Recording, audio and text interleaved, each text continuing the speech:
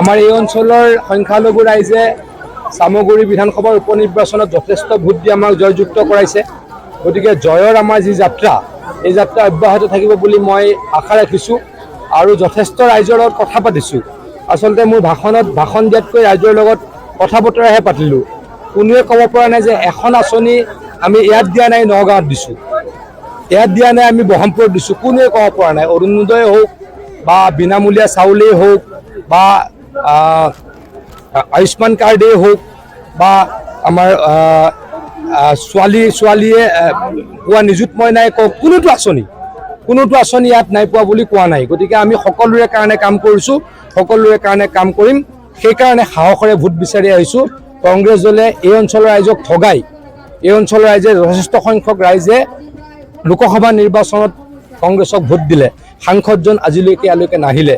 গতিকে এয়া ৰাইজে তাৰ কাৰণে যোগ্য প্ৰত্যুত্তৰ দিবলৈকে সাজু হৈছে বুলি মই ভাবোঁ। আমাৰ দলৰ প্ৰাৰ্থীসকল জয়ী হ'ব। আজিৰ দিনটোত কাশ্মীৰৰ যি ঘটনা হ'ল, সেই ঘটনাত বিভিন্ন মছজিদত ইয়াৰ বিৰুদ্ধে প্ৰতিবাদ হৈছে। এইটো খুব ভাল পৰিৱেশ, সেইটো ভাল কথা হৈছে। আমিনুল ইছলামৰ দৰে মানুহে এই ঘটনাক কাশ্মীৰত যে মানুহ মৰিলে তাক ভাল পাইছে। তাৰ বিপৰীতে ভাৰতবৰ্ষৰ বিভিন্ন মছজিদত ইয়াক গৰিহণা দি ইয়াক গৰিহণা দি মানুহে প্ৰাৰ্থনা কৰিছে। এইটো ভাল লক্ষণ। আমি সকলো ৰাষ্ট্ৰবাদী হ'ব লাগে, দেশৰ ক্ষেত্ৰত সকলো আমি এক হ'ব লাগে। নিৰ্বাচনত আমি বাকৰি জিলা পৰিষদৰ অধীনত যি 5টা পঞ্চায়ত আছে, এই 5টা পঞ্চায়তত আমি বিপুল ভোটত জয়ী হ'ব পাৰিম আৰু আমি ইয়াৰ পৰা কংগ্ৰেছ আৰু অন্যান্য যি দল আছে সেই দলক আমি উৎখাত কৰিব পাৰিম বুলি আমাৰ ৰাইজৰ ওপৰত এটা বিশ্বাস আহিছে।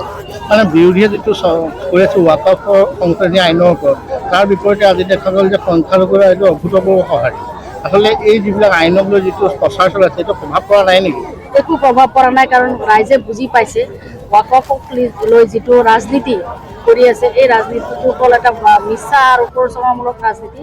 ৱাকফ লৈ আমাৰ ৰাইজৰ মাজত কোনো ধৰণৰ প্ৰতিক্ৰিয়া নাই, কাৰণ ৱাকফৰ আমাৰ এই ৰূপহীহাট সমষ্টিত কোনো ধৰণৰ সম্পত্তিও নাই আৰু কোনো ধৰণৰ অনুদানো নাই। গতিকে ৱাকফ লৈ আমাৰ ৰূপহীহাট সমষ্টিৰ ৰাইজৰ মাজত কোনো ধৰণৰ বিৰোধ প্ৰতিক্ৰিয়া নাই। আৰু দেখা গৈছে যে আজিৰ দিনটোত মন্ত্ৰী মহোদয়ে ক'লে যে অসমৰ বিভিন্ন মছজিদত আজি কাশ্মীৰৰ ঘটনাক লৈ জুম্মানা মাজৰ পিছতে বিভিন্নজনে প্ৰতিবাদ কৰিছে, ধিক্কাৰ দিছে। আপুনি ৰূপহী সমষ্টিৰ নেত্ৰী হিচাপে কি ক'ব এই ঘটনা সম্পৰ্কে? হয়, আমিও শুনা পাইছোঁ যে এইটো আমাৰ বিভিন্ন মছজিদত এইটো ধিক্কাৰ দিয়াৰ কথাই, গৰিহণা দিয়াৰ কথাই। কাৰণ কাশ্মীৰত যিটো ঘটনা হৈছে, এই ঘটনাটো আমি অন্তৰৰ পৰা আমি নিন্দা কৰোঁ, গৰিহণা দিছোঁ। কাৰণ এনেকুৱা ঘটনা হ'ব নালাগিছিল আৰু যিটো হৈছে সেই ঘটনাটোৰ কাৰণে আমি তীব্ৰ গৰিহণা দিছোঁ। আৰু আমাৰ মছজিদবিলাকত আজিৰ দিনটোতে বহুত মছজিদত আজিৰ দিনটোত দোৱা হৈছে। এইটোৰ কাৰণে আমাৰ ভাল লাগিছে। আমি প্ৰত্যেকেই এই যিকেইজন মানুহ তাতে হত্যা হৈছে, শ্বহীদ